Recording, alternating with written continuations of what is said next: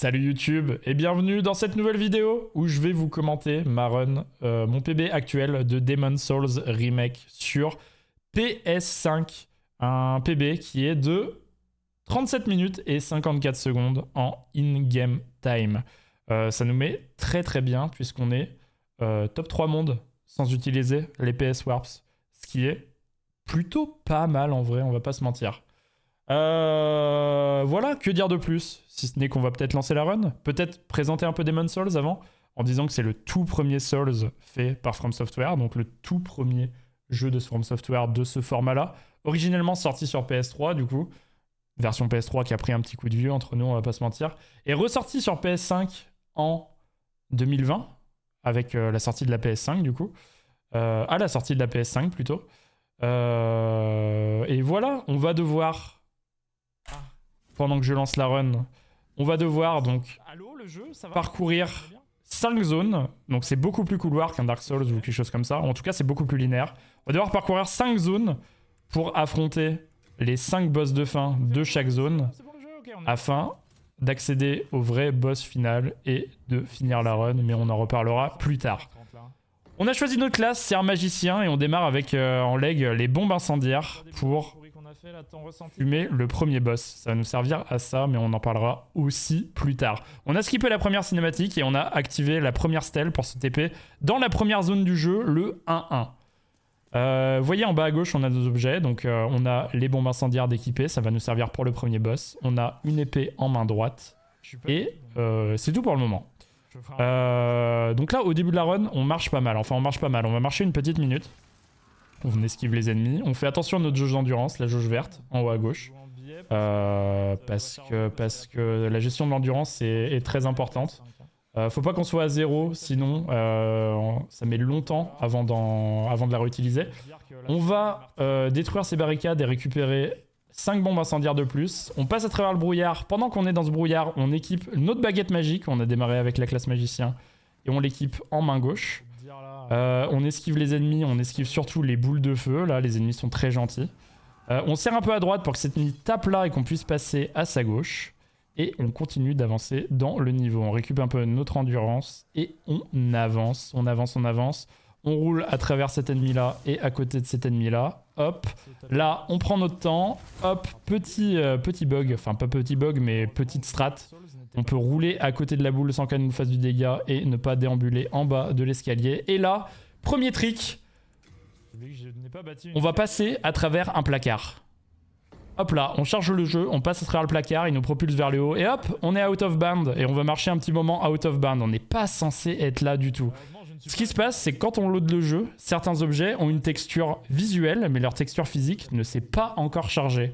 Et donc, dès qu'on load le jeu, si on va à travers cet objet-là, eh ben, on passe à travers et le jeu se dit mais attends, mais au bout de 2 secondes, il se dit mais attends, le personnage n'est pas censé être là du tout. Et du coup, sa texture physique se charge et hop, il nous propulse vers le haut. Et on va se servir de ça à pas mal d'endroits. Là, on est toujours out of bounds, c'est invisible. Hop, voilà, on rebondit, on finit sur un muret et on se dit pourquoi il est là. Normalement, pour accéder au premier boss, on doit faire tout le tour de la zone. On va dans une cour intérieure, on arrive, on accède, on tire un levier, on ouvre une porte, etc. etc. C'est très long. Nous, on n'a pas le temps de faire ça, on est en speedrun. Du coup, on a fait tout ce chemin-là out of bounds.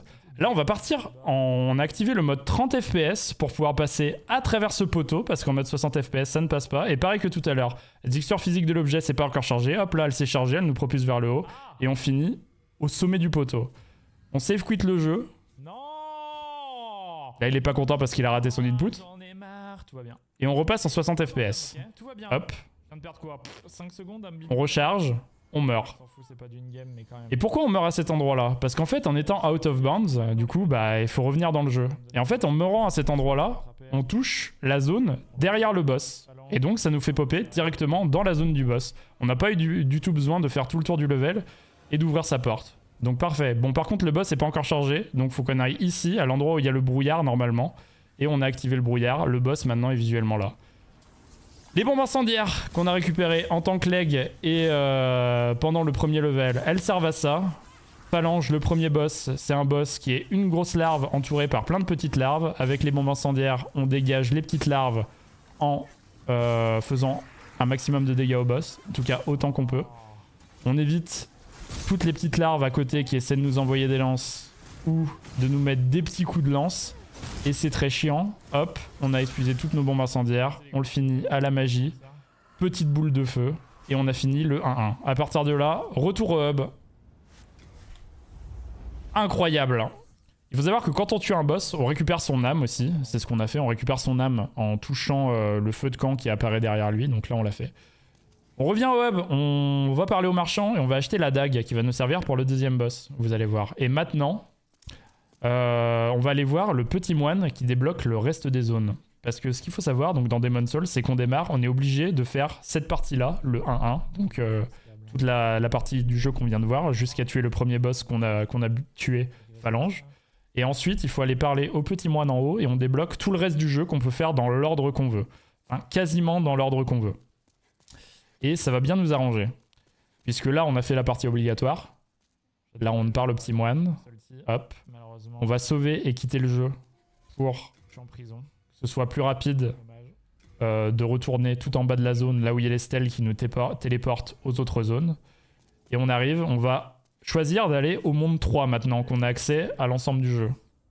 Pourquoi le monde 3 ? Parce que c'est le monde de la magie.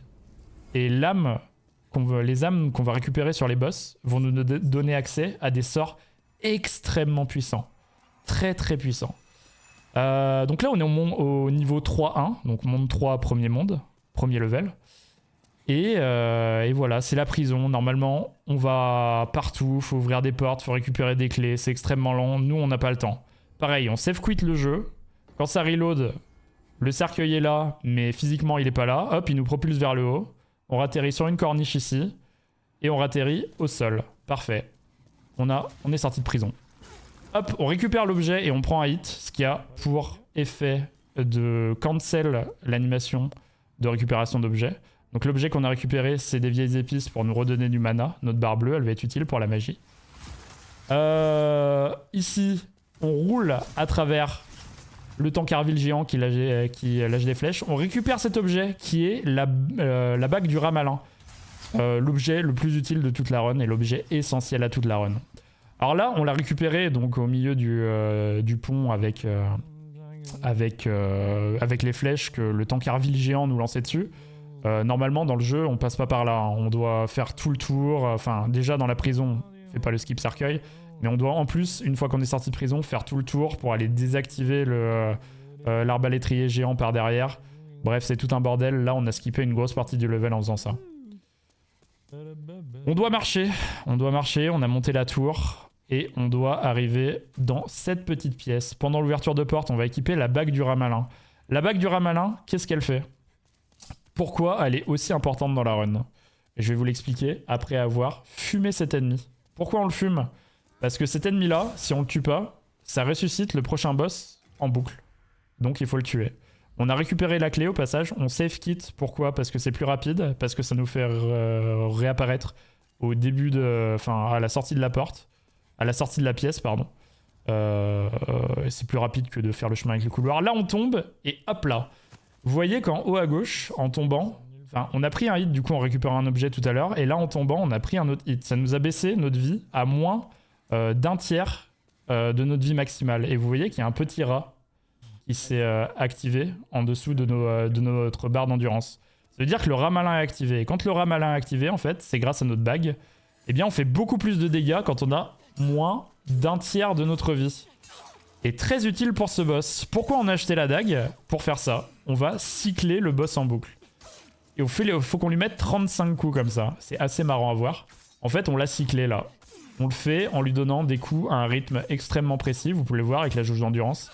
C'est à peu près quand notre jauge d'endurance, elle revient un petit peu en dessous de ce qu'on vient de consommer avec un coup. Et on le cycle, comme ça. 35 coups. 2 coups de sort de feu avec la baguette. Et elle est morte. Fin du monde 3-1. On va être un peu en retard. Incroyable. Pas gênant. Donc l'âme de ce boss va nous permettre de débloquer un sort magie. Notre premier sort magie un peu puissant. Mais pour faire ça, il faut qu'on aille libérer le PNJ qui nous permet d'apprendre les sorts. Et on va le faire en utilisant un glitch assez marrant. On revient au tout début du monde 3-1. On save and quit. On va caler notre épaule gauche dans les barreaux de cette prison. Ça va nous propulser vers le haut. Hop là, on save and quit. On va réapparaître au-dessus de cette cellule. On va serrer à gauche dans le mur de la prison. Ça va nous repropulser vers le haut. Et là, on serre à gauche jusqu'à ce qu'on entende un bruit de tonneau. Vous l'avez peut-être pas entendu. Et là, on save and quit. Et on repop sur le toit de la prison. Ce qui nous permet de skipper toute la prison une fois de plus. Et d'aller à l'endroit où on veut aller. C'est-à-dire dans la cellule du mage. Mais avant, un dernier skip. Hop, sur la barrière, roulade sur la fenêtre. Et roulade à l'étage qu'on veut. Là où il y a la cellule du mage. Assez compliqué à faire ça. La clé qu'on a récupérée tout à l'heure, on l'utilise du coup pour libérer le mage. On lui a parlé, il va revenir dans notre hub. Et on se TP directement au hub avec un objet qu'on a équipé tout à l'heure aussi. Pour aller dans le monde 4 cette fois-ci. Et on va faire le premier level du monde 4 pour avoir assez d'âmes pour augmenter notre niveau et acheter le tout premier sort du jeu dont on a besoin. Alors le monde 4, que dire à part que ces squelettes sont ultra chiants. Voilà. Mais ils ont la particularité de nous tuer très vite. Et ce qu'on a fait là, c'est qu'on est mort. Mais on a sauvé et quitté quand on est mort de ces squelettes. Ce qui fait que 1, quand on revient, ça nous met full vie. Quand on save and quit, quand on meurt. Mais aussi, les squelettes nous ont pas mal tabassé. Et vous voyez, il y a une petite goutte en dessous de notre jauge d'endurance. Ça veut dire qu'on a le saignement. Et vous voyez, notre vie, elle diminue petit à petit. Ça va être très intéressant pour nous avant le prochain boss. Là, on esquive le squelette, on continue. Normalement, il faut faire tout le tour de la zone. On n'a vraiment pas le temps. Hop, skip. Roulade très précise sur le mur. On a skippé toute la zone pour aller directement au boss. Pour moi, vous ressemblez tous, vous êtes tous des lignes. Normal. Plutôt rapide en plus, là. Je l'ai first try. Très très bien. On a le saignement, notre vie continue à diminuer, mais il faut qu'elle diminue plus vite. On se prend 3 flèches. Et pourquoi on veut qu'elle diminue? Encore une fois, on a récupéré la bague du Ramalin qui, à moins d'un tiers de notre vie maximale, fait que notre personnage fait énormément plus de dégâts. Donc on veut le déclencher. Et c'est ce qu'on a fait. Avec le saignement et avec les 3 flèches qu'on a prises. Le juge! Le premier boss du monde 4 qu'on extermine à coups de magie. En tirant des petites boules de feu sur l'oiseau qu'il a sur sa tête. Voilà. C'est son point faible. Avec une arme au corps à corps, normalement, il faut lui taper dans le bide pour le faire tomber à genoux et taper l'oiseau. Le boss est mort. On a utilisé l'âme de phalange, l'âme du tout premier boss qu'on a abattu. On utilise aussi l'âme de ce boss-là, du juge qu'on vient de battre, afin d'avoir un maximum d'âme à consommer pour augmenter nos levels. Et on va aller voir la Maiden qui nous fait augmenter nos levels afin de passer à 31 en magie. Et donc d'augmenter nos dégâts magiques. Et ensuite, le PNJ mage qu'on a libéré, qui va nous apprendre donc le premier sort puissant du jeu, en échange de l'âme du deuxième boss qu'on a abattu. C'est compliqué, mais j'espère que vous suivez encore.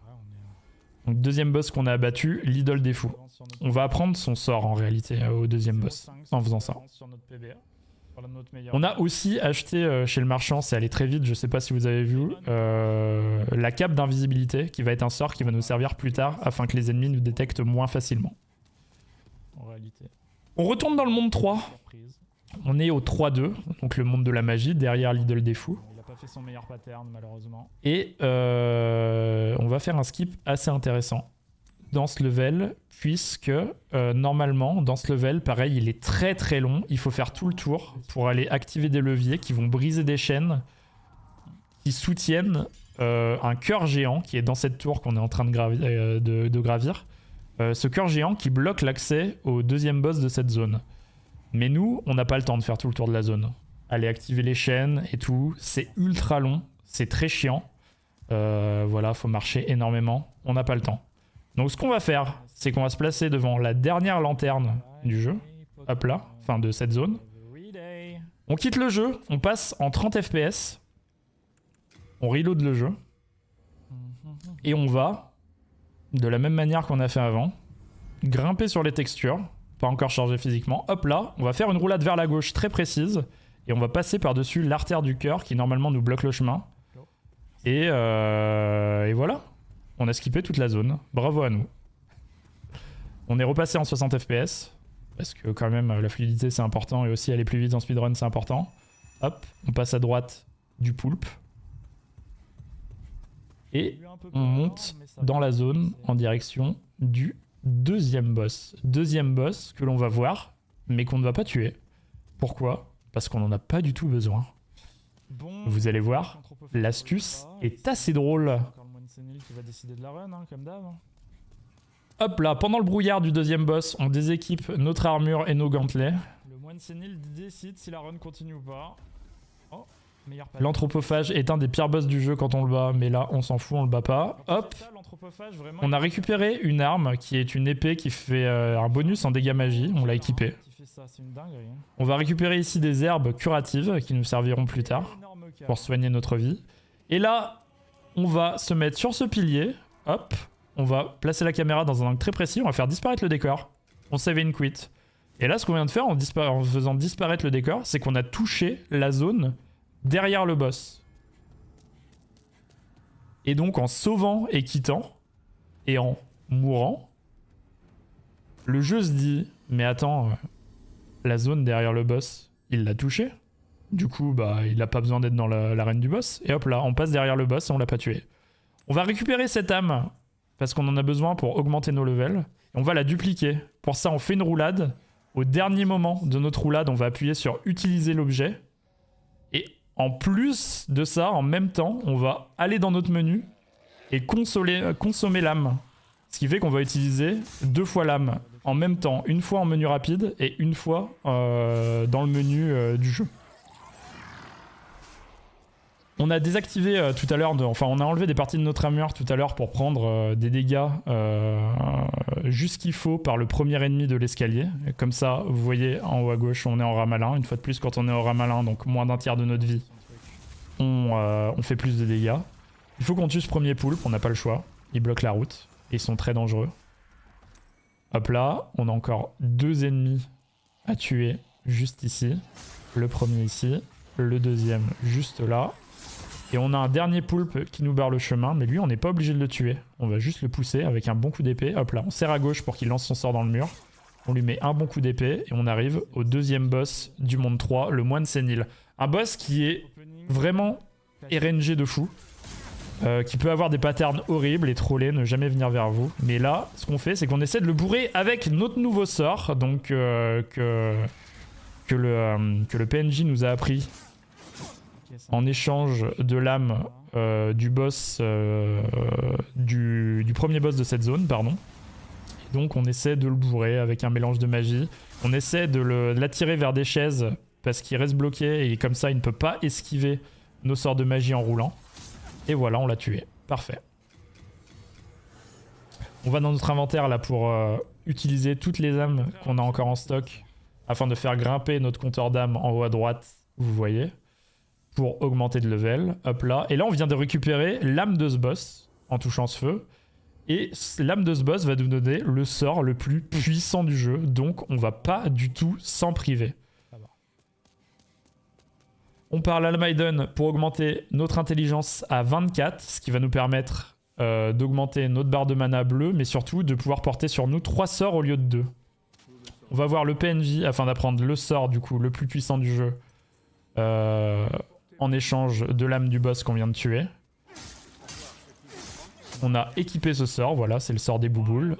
Et on va tuer ce PNJ afin de récupérer son anneau. Il a un anneau qui va augmenter légèrement nos dégâts magiques. Et on va le tuer pour le prendre. On save and quit parce qu'on repop plus près des stèles. Et on va au monde 5. Donc maintenant on a 3 sorts sur nous. On a le rayon bleu du premier boss du monde 3. On a les bouboules du dernier boss qu'on vient de battre. Et on a la cape d'invisibilité. Alors le monde 5 c'est le monde des marais. Il est bien chiant. Il y a ces ennemis relous là de partout qui ont un pattern où ils vous routent coups et qui peuvent vous one shot. Donc le plaisir est vraiment là. Cette zone, normalement, on descend de partout. Il y a plein de petits trucs à bord de falaise. On n'a pas le temps. On a ce skip là. On se laisse chuter à un endroit très précis de la falaise On quitte le jeu quand on entend notre personnage mourir. Et on revient dans le jeu, on réapparaît tout en bas de la zone, là où on doit aller. Ça nous évite de faire tout le tour, donc un gros gain de temps et gros skip. Ici, on évite les rats. Oups, un petit coup. Très grave. On utilise la cape d'invisibilité afin que les prochains ennemis ne détectent pas trop. Là, on roule pour esquiver un coup de l'ennemi. Oups, raté. Là, on roule pour déplacer l'ennemi. On va utiliser un rayon, détruire les 2 ennemis qui nous bloquent sur le pont. Et on va avancer jusqu'au premier boss de cette zone 5, qui est le Seigneur des Sangsues. Étant donné qu'on est sous cape d'invisibilité, il ne nous voit pas, donc il ne nous attaque pas. Et on va pouvoir le rouer de magie. On fait un sort de bouboule, un rayon d'âme, un autre sort de bouboule, un rayon d'âme. La barre de vie du boss a fondu. Et on peut passer à la suite du level. On mange des épices pour régénérer notre mana et un peu de vie aussi, parce qu'on en a perdu un petit peu trop. Et il va nous en falloir pour traverser la prochaine zone de ce monde, qui est un marais absolument immonde. Donc là, c'est un peu le creux de la run. On va pas mal marcher là. C'est un petit creux. Il y a un petit creux d'une minute ou deux où on marche pas mal. Avant tout, un autre skip. On se met sur ce caillou, on saute sur ce caillou là. Et on atterrit directement dans le marais, dans la direction où on veut aller. Normalement, pour descendre dans le marais, il faut aller à droite, descendre plein de petits trucs, et on atterrit dans le marais beaucoup plus loin. Là, ce petit skip, un peu précis à faire en vrai, surtout sur le premier caillou, nous fait gagner pas mal de temps. Et là, on se dirige vers l'ennemi en rouge que vous avez vu au loin, et plus précisément l'objet là qu'il y a derrière lui. Parce que ça va être un autre anneau dont on a besoin pour la run. J'introspecte fort là, Midova. J'ai un petit problème. À savoir la bague du chat. Miaou. Évidemment qu'il vient vers moi. J'introspecte très La fort. bague du chat va nous permettre de survivre à des chutes dont on ne devrait pas survivre. Pas très français ça. À des chutes auxquelles on ne devrait pas survivre normalement. Mais vous allez voir ça par la suite. On alterne entre notre bouclier et notre baguette en main gauche. Ça fait aller un peu plus vite parce que les marais nous ralentissent en courant. C'est un peu chiant. Là, on récupère des lotus royales. Lotus royaux ? Lotus royales. Qui vont nous permettre donc de soigner notre poison. Parce que oui, je l'ai pas dit. Mais effectivement, dans ces marais-là, on a du poison. Vous voyez l'icône tête de mort en dessous de notre barre d'endurance. Notre vie se vide petit à petit. C'est pour ça qu'on a consommé aussi une herbe tout à l'heure pour remonter notre vie. Mais ça nous met très bien que ce marais nous gratte petit à petit notre vie, puisque ça nous permet, une fois de plus, vous l'aurez compris, de déclencher le Ramalin. Ramalin, moins d'un tiers de notre vie, égale beaucoup plus de dégâts. C'est aussi pour ça que cette run est très difficile, c'est parce qu'on la passe énormément de temps à 1 PV à cause du Ramalin. Donc le moindre hit nous tue et met fin à la run. On mange un lotus pour mettre fin à l'empoisonnement. Ça se passe mal, je meurs. On avance, on fait attention à ces ennemis-là. Les géants, en réalité, sont pas très dangereux. C'est surtout le petit ennemi là qui était dangereux. On continue d'avancer. Hop là. Là, on passe sous cape d'invisibilité. Parce que c'est un endroit absolument horrible. Tous les ennemis peuvent nous one-shot. Ils peuvent attaquer très rapidement. Mais sous cape d'invisibilité, c'est relativement safe. Ce marais est vraiment un des pires, tous souls confondus. Je pense que maintenant je peux le dire. Et on va arriver au deuxième boss de cette zone du monde 5. Qui est le colosse impur. On rééquipe notre armure, qu'on avait déséquipée il y a maintenant un moment. On met épée à 2 mains, on va briser son armure au niveau de son abdomen. On recule un peu, on utilise le sort des bouboules. On utilise un rayon, voilà, hop là il est déjà plus de midlife. On fait attention à ses hits, on réutilise le sort de bouboule. Et on utilise un dernier rayon. Hop, mort du boss. Ok, ça a été, j'ai eu un peu peur. Il ne nous reste plus que le dernier boss de ce monde, à savoir Astrée.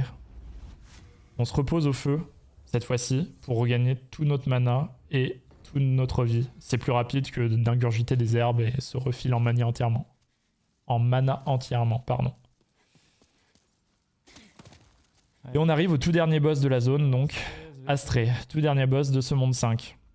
Alors Astrée, elle est relou. Pourquoi? Parce que Astrée, elle est au fin de elle est tout au bout de sa petite grotte. Elle trempe dans un marais qui ne nous donne pas de l'empoisonnement, mais de la putréfaction. Ça fait que notre vie descend extrêmement vite. Et si on met trop de temps à la tuer, en plus, il y a un chevalier, son garde personnel, qui arrive derrière et qui nous tue. Donc là, ce qu'on a fait, c'est qu'on a pris une route extrêmement rapide. On a skip à travers des ennemis et on a roulé sur un mur afin d'arriver directement à elle. On utilise un sort de bouboule, un rayon, un autre sort de bouboule. On régénère notre mana, un autre sort de bouboule, rayon, et un dernier sort de bouboule, rayon. Elle est morte. On n'oublie pas de régénérer notre vie parce que la putréfaction, ça fait baisser très vite notre vie. On utilise la bague du voleur pour la prochaine zone, enfin on l'équipe, pardon. Et on retourne au monde 1. Et on va faire le 1-2. Il faut savoir que le boss là qu'on vient de faire, Astrée, vous manquez un input, vous mourrez. Parce que la putréfaction, elle vous tue trop vite. La barre de vie baisse trop vite. Et Astrée en plus régénère sa vie. Donc si vous loupez un input et que vous vous régénérez à un moment où vous ne devez pas, bah elle a régénéré trop de vie et du coup vous n'arrivez pas à rattraper votre retard sur ses dégâts. Et c'est fin de run. Le monde 2, on avance. Là, on va régénérer notre endurance. Et à partir de maintenant, on va courir. Pourquoi on va courir? Parce que le monde... pardon, pas le monde 2, mais le monde 1-2. C'est la course contre la montre, contre un dragon qui va vouloir brûler le pont. Et notre but, c'est de gérer au mieux notre endurance pour être toujours en avance sur le dragon et jamais qu'il nous crame les fesses. Donc là, on court, on gère notre endurance au maximum. Ça n'a pas été sympa du tout. Voilà, là normalement, si on a bien géré notre endurance, on roule le dernier moment pour pas qu'il nous crame les fesses. Il était juste derrière nous. Hop, on avance, on esquive les arbalétriers, on passe l'autre mur de brouillard. Et dernière zone du pont avec le dragon. Hop là, on esquive les ennemis. Ceux-là peuvent troller un peu, ils peuvent vraiment nous enchaîner et mettre fin à notre carrière. Ici, on peut se reposer, c'est une zone safe. On utilise la cape d'invisibilité. On passe à travers les arbalétriers. On passe le premier chevalier, le deuxième chevalier. Et on arrive au deuxième boss du monde 1, le chevalier de la tour. Assez facile à faire. Là, il nous a pas donné un bon opening. Ce qu'on veut, c'est qu'il mette un coup de bouclier au sol comme ça.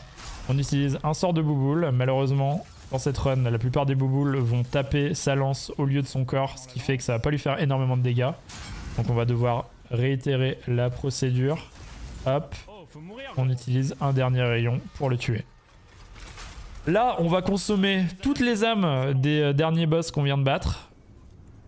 Et de ce boss-là. Et on va retourner au hub afin de prendre un maximum de level. Pour être très précis, on va se mettre 25 en intelligence afin d'augmenter un tout petit peu notre barre de mana.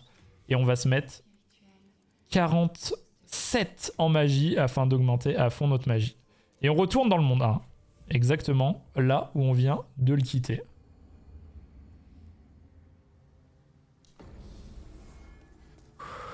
Et donc là, normalement, si vous faites le jeu normalement, vous remarquez que... Parce qu'en général, ce qu'on fait, c'est qu'on fait le monde 1, 1-1, et ensuite on a envie d'aller faire le monde 1-2. Donc ce qu'on vient de faire là avec le chevalier de la tour.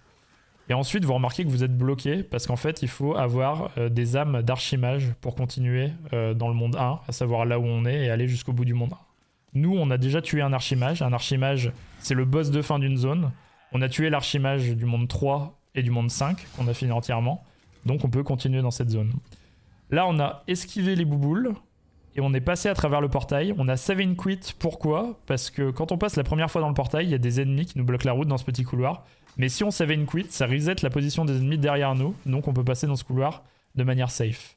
Là, on a esquivé le coup de l'ennemi. On est tombé dans le petit couloir afin d'aller plus vite. Et maintenant, on a une boule de feu qui nous barre la route. On roule à travers. Ça nous fait 0 dégâts. On se débarrasse de cet ennemi avec un rayon. Et on avance. On va passer cette porte de brouillard. Là, il y a un chevalier extrêmement dangereux qui peut nous one-shot. Donc pas très marrant. On l'esquive. Il a fait un pattern sympa, c'est cool. On utilise la cape pour pas se faire repérer par tous les ennemis de cette zone qui peuvent tous mettre fin à notre carrière. Et ça, on veut pas du tout. Hop là, on s'est pris un petit hit. Dommage, mais on est là.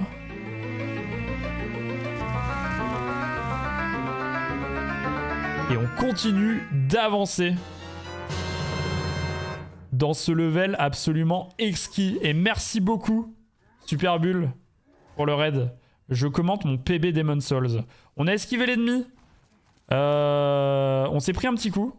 Ce qui fait qu'on va pouvoir déclencher le Ramalin. Ouais. Ramalin qui nous met à moins d'un tiers de notre vie. On le rappelle.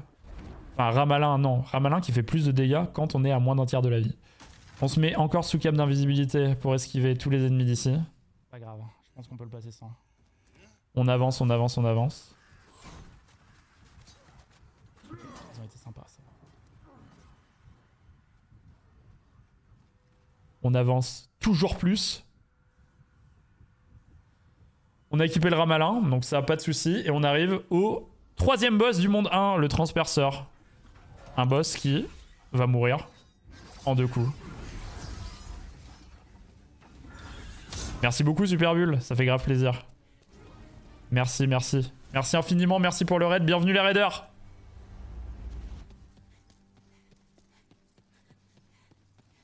On a tué le boss 3 du monde 1.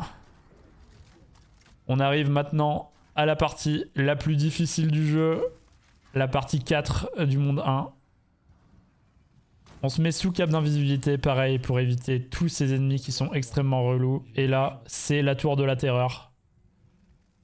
Il faut qu'on monte cette tour sans se faire tuer. On esquive le premier chevalier, le deuxième, on ralentit un peu, on gagne dans de l'endurance. On va mettre un coup pour décaler le tout dernier chevalier. Hop là, une cinématique se déclenche parce qu'un dragon arrive. On se met contre ce pilier là, on réactive la cape d'invisibilité, on attend le feu du dragon et on passe. Hop là, on esquive cet ennemi. Le deuxième ennemi, il faut faire attention à eux parce qu'ils peuvent nous envoyer une boule de feu et ça peut une fois de plus mettre fin à notre carrière. Et ça, on veut pas du tout. On régène notre endurance et là, il faut courir. Pourquoi? Parce que aller arriver à cette zone, ça va déplacer le dragon en haut de cet escalier et il peut nous cramer les fesses. Et ça, pareil, on veut pas. Donc on gère notre endurance pour être sûr d'esquiver ces flammes. Très très bien. Très très bien tout ce qui se passe ici. Et enfin, on arrive à Ostravia, le PNJ. Il peut troller, mais si on utilise le sort de Bouboule, elles sont auto-guidées vers lui et au moins on est sûr qu'il va pas nous mettre un petit coup pour nous one-shot. Ça serait regrettable. Et à ce moment-là, on arrive dans cet ascenseur interminable qui nous emmène au boss le plus dur du jeu. Le roi Allan. Faux roi Allan? Roi Allan? Vieux roi Allan? Vieux roi Allan. Je vais faire confiance à mon split. Le vieux roi Allan, il est horrible. Il a des patterns qui sont pas forcément difficiles à esquiver, mais il peut les enchaîner de manière un peu bizarre. Et il peut un peu troller sur ses mouvements. Donc faut regarder l'écran. J'ai envie de vous dire. S'il te plaît. Là, vous voyez le streamer, à savoir moi-même, en train de prier tous les dieux de la terre pour que le roi Allan ne troll pas trop. Spoiler, il va troller de fou. mais le streamer est patient. On arrive, sort de Bouboule. Normalement, il fait pas cet opening là. Il a fait ça, on sait pas trop pourquoi. Normalement, c'est ça qu'il fait directement. Voilà, donc notre sort de Bouboule est parti trop vite. Ça l'a donc pas vraiment touché, comme vous pouvez voir sa barre de vie en bas. On essaie de se mettre safe. Là, il fait un pattern qui nous arrange pas trop, il nous charge. On essaie de ressortir un sort de Bouboule. Là, un pattern qui nous arrange vraiment pas du tout. Il nous enchaîne les attaques, il ne fait jamais ça, mais bien évidemment, sur une run PB, faut qu'il le fasse. On essaie de sortir les sorts de Bouboule comme on peut. On n'a plus de mana, on reprend une épice. Encore un sort de Bouboule. Non, pas du tout. Pourquoi? Parce qu'il troll. Il retroll. On a pris un hit, ça nous a pas tué. On a juste eu de la giga chance. Et là, il fait son meilleur pattern. Donc on peut le finir.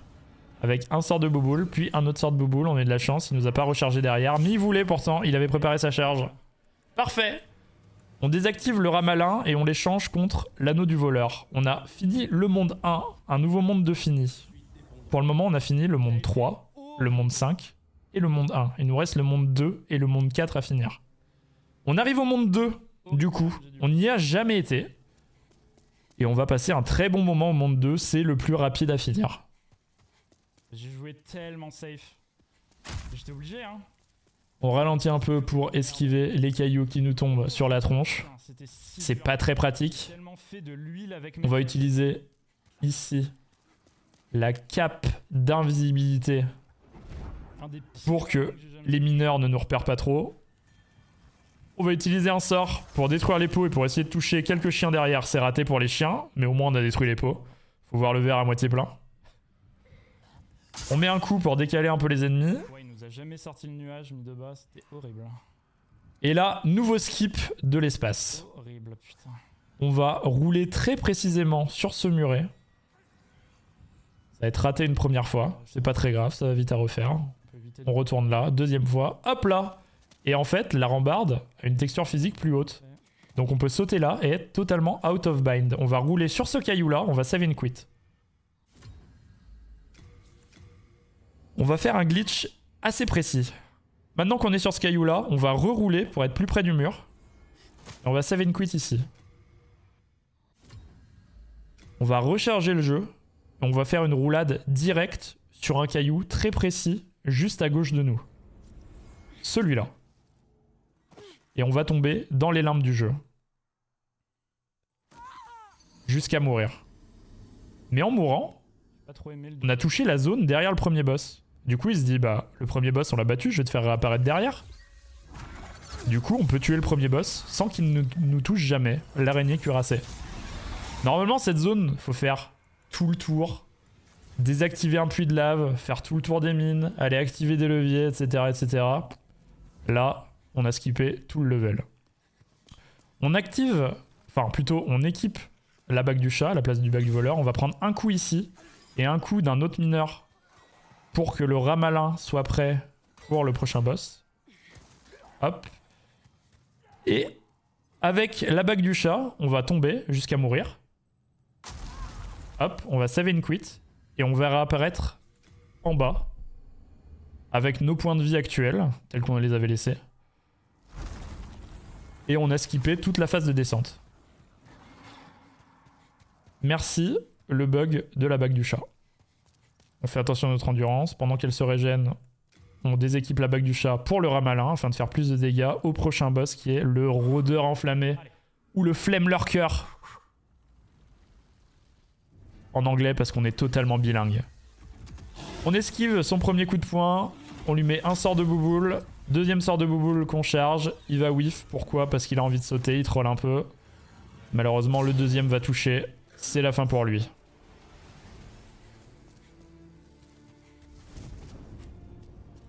Niveau 2-2 terminé. Il ne nous reste plus que le 2-3 qui est juste un boss. Mais un boss extrêmement précis.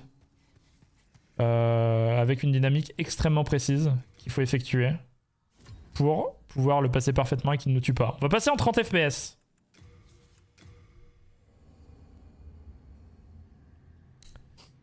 Et on va faire quelque chose de très spécifique. On va rentrer dans la salle en 30 FPS. On va marcher jusqu'au premier pylône. Ensuite, on va courir. Arrivé à la fin de ce couloir, on va marcher et on va recourir, passer l'angle. Vous remarquez que le 30 FPS nous permet de passer à travers ces pylônes dont la texture physique n'a pas encore chargé. Et en faisant ce rythme de courir à marcher, normalement les bras du dragon qui sont dans le couloir et qui nous empêchent d'avancer, ici ne se sont pas positionnés et du coup on peut courir à l'envie. On est repassé en 60 FPS en activant la première arbalète qui fait des dégâts au boss. Et là c'est juste une gestion de l'endurance afin de passer sans qu'il nous crame les fesses. Normalement ce boss, il faut se cacher derrière les piliers pour pas qu'il nous voit. Et donc on ne récupère pas l'aggro du boss et qu'il nous one-shot pas. Là ce qu'on fait c'est qu'on passe avec des cycles parfaits, on les connaît par cœur. Et donc on peut juste tracer sans qu'il nous touche. On active la deuxième arbalète. Et ça a tué le boss. Enfin, tué le boss. Il reste plus qu'un coup à lui mettre. Mais là, le boss est mort.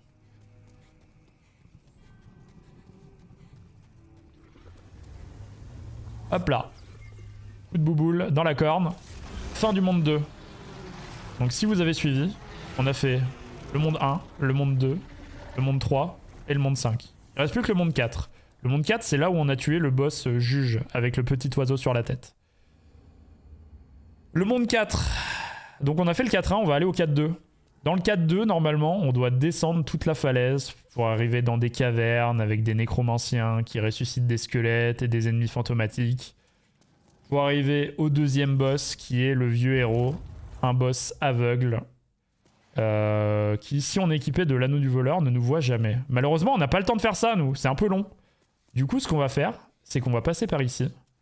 On va se mettre sous cap d'invisibilité pour pas se faire avoir par les Raymantas qui volent dans ce monde. Et on a rééquipé la bague du chat. Bague du chat qui va nous permettre de skipper totalement le 4-2 en faisant une roulade très précise et au bon angle à cet endroit-là. On meurt de la chute, on save and quit. Le truc, c'est qu'en réapparaissant, on réapparaît dans l'arène du boss final de la zone. Donc on a totalement skippé la zone 4-2 et le boss qui va avec. Et donc on est juste au boss final de la zone. On a skippé une zone et un boss. On retourne au début de la zone pour équiper... pour activer le boss, parce qu'on a beau être dans sa zone, il s'est pas activé. On s'est déséquipé, parce que en se déséquipant, il faut qu'on prenne... Enfin, il suffit qu'on prenne 2 hits des Raymantas afin d'activer le rat malin une fois de plus. Pendant qu'on allait au début de la zone, on a désactivé la bague du chat et réactivé le rat malin.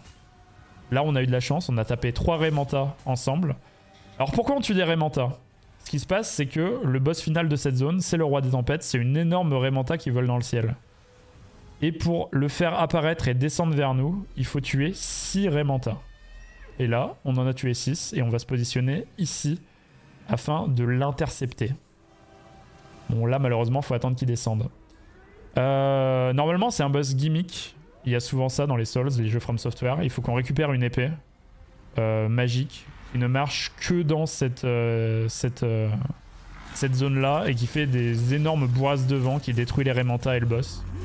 Là, on n'en a pas besoin. On a la magie. La magie, c'est plus fort que tout.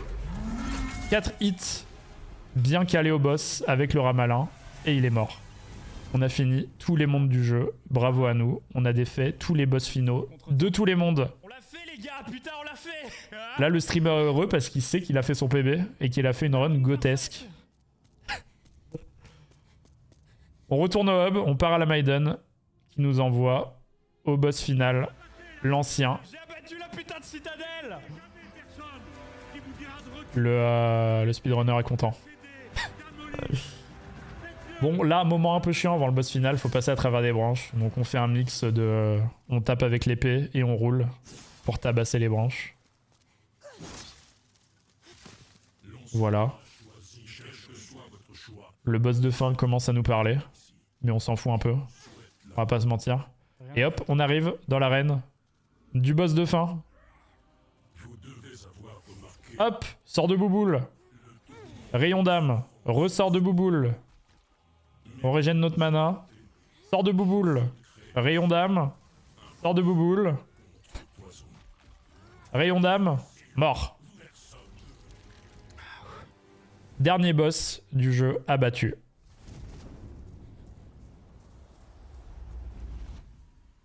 On a une petite cinématique. La Maiden apparaît. On lui met un hit. Fin de la run. Et fin du jeu. Incroyable. Ah, libéré. Le streamer est content. 43-03, donc en temps réel. Et ça va nous donner, en allant chercher le fichier de sauvegarde. Combien j'ai dit déjà?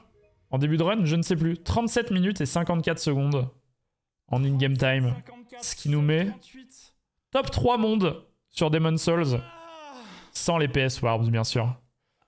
Bon, les PS Warps, voilà. À la sortie de la PS5, on utilisait les PS Warps, qui nous permet de nous TP à travers le jeu sans utiliser les feux de camp. Et donc on gagne énormément de temps étant donné qu'on n'a plus besoin de se rendre au feu de camp. Sauf qu'au fur et à mesure des mises à jour de la PS5, la méthode de fonctionnement du PS Warp a changé et les inputs du coup pour le faire a changé. Ce qui fait qu'en fonction des mises à jour de la PS5, les runners étaient plus ou moins avantagés. Du coup, depuis 2 ans, le PS Warp s'est banni de Demon's Souls. Néanmoins, ils ont laissé les runs PS Warps sur speedrun.com, qui font donc gagner énormément de temps par rapport à des runs où on ne l'utilise pas. Ok. Et voilà, elles sont mélangées avec les autres, ce que je trouve un peu débile. C'est ma faute là, c'est ma faute. Donc, officiellement, étant donné que les runs PS Warps sont toujours dans le classement speedrun.com, on est top 8 monde. Bon, on peut faire une run. Mais si on les enlève, ce qui me paraît logique, on est top 3 monde. Voilà. Puis c'est plus sympa de dire qu'on est top 3 monde, ça fait du bien à l'ego quoi. 4h30 là. Ça fait du bien à l'ego. Bon, la run redémarre, on n'a peut-être pas besoin de ça. Voilà.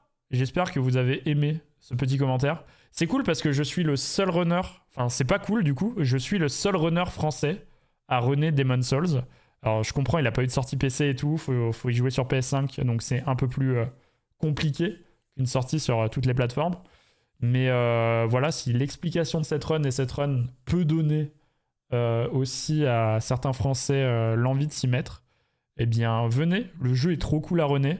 C'est difficile, c'est vraiment difficile. Que ce soit au niveau des ennemis, des boss et de certains glitches qui sont vraiment durs à caser au début. Mais je vous promets que c'est sympa. Et je me sentirai peut-être un peu moins seul. Voilà, des bisous. J'espère que vous avez aimé. Si vous voulez voir la run sans commentaire, elle sera aussi dans la description de cette VOD. Juste le replay pur de la run. Voilà, vous pouvez la trouver dans la description. Voilà, de la vidéo. Je vous fais des bisous. À bientôt pour un prochain speedrun qui, je l'espère, fera moins monter mon rythme cardiaque. Bisous!